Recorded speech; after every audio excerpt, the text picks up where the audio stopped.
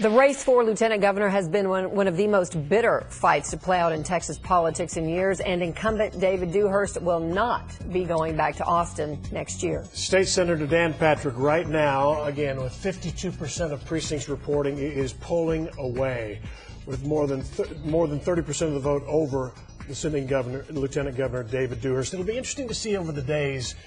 The lieutenant governor was concerned about the negative stuff that came out, right. 30-year-old medical information about Dan Patrick, and he said, I hope this doesn't blow back on me. He wasn't the guy who released it, and we don't know, but he lost by about 15% in the primary, was down, and now it's 30% in the runoff. Well, Fox 4 Sean Rabb, Richard Ray, they are both in Houston tonight. Richard's at the Patrick campaign event, but we want to start with Sean Rabb. And Sean, David Dewhurst just made his concession speech. Talk to us about what's happening there. Yeah, right now he is behind us in the crowd, Heather, and he is personally thanking, many of his longtime supporters, people who've supported him financially as well as with their vote and their muscle over the years, talking with some of the media outlets as well. He just addressed this crowd for about 10 minutes, gave his concession speech, said he'd called Dan Patrick, but talked about a number of other things before that. At times, his voice cracking as he said his second most significant moment in life, other than his marriage to Trish, was in fact serving as lieutenant governor. But he also talked about why he wanted to win this election, why he wanted to run for re-election, and why in part he lost. Let's listen to what he had to say. I've gone through a number of elections over the years, and in our general elections we normally win 60, 62, 63%. But I have experienced, I've learned something just this year in 2014. I must be a real rainmaker. You know why? On the day, Stan, of the primary, it snowed over most of the state of Texas. And I wanted to win this election for you. Yeah!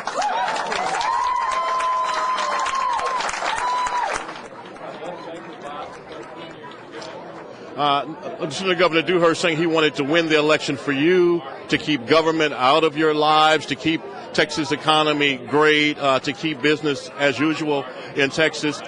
So in talking about the snow and being a rainmaker, he was alluding to snow on primary day and, of course, rain today, keeping down the vote. But also, as he talked about, coming out of early voting, some 300,000 behind, and really the Tea Party effect in effect here tonight as Mr. Dewhurst loses. I was talking with some of the Republicans here, and one Republican woman commented to me the Tea Party has the mojo right now in Texas, and indeed they do.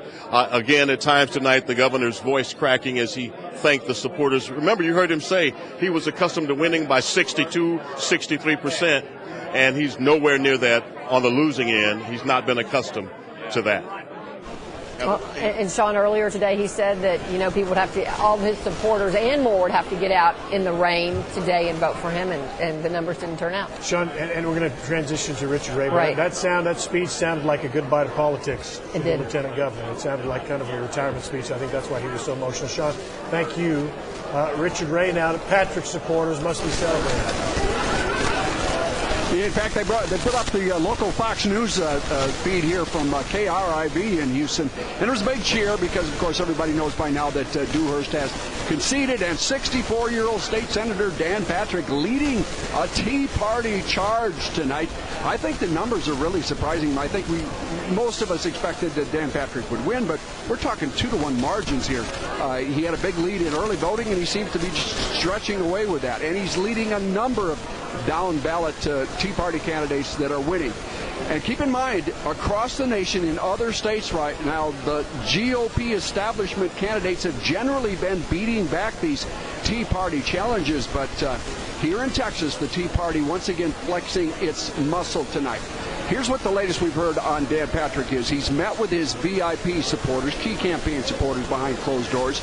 We know he's going to be out here at 10 or shortly after, but we're told he'll also make an appearance about 9:30 and maybe before that now, because things have happened pretty fast, Steve and Heather. David Dewhurst made the call, came out and conceded. We expect to see Dan Patrick here very shortly.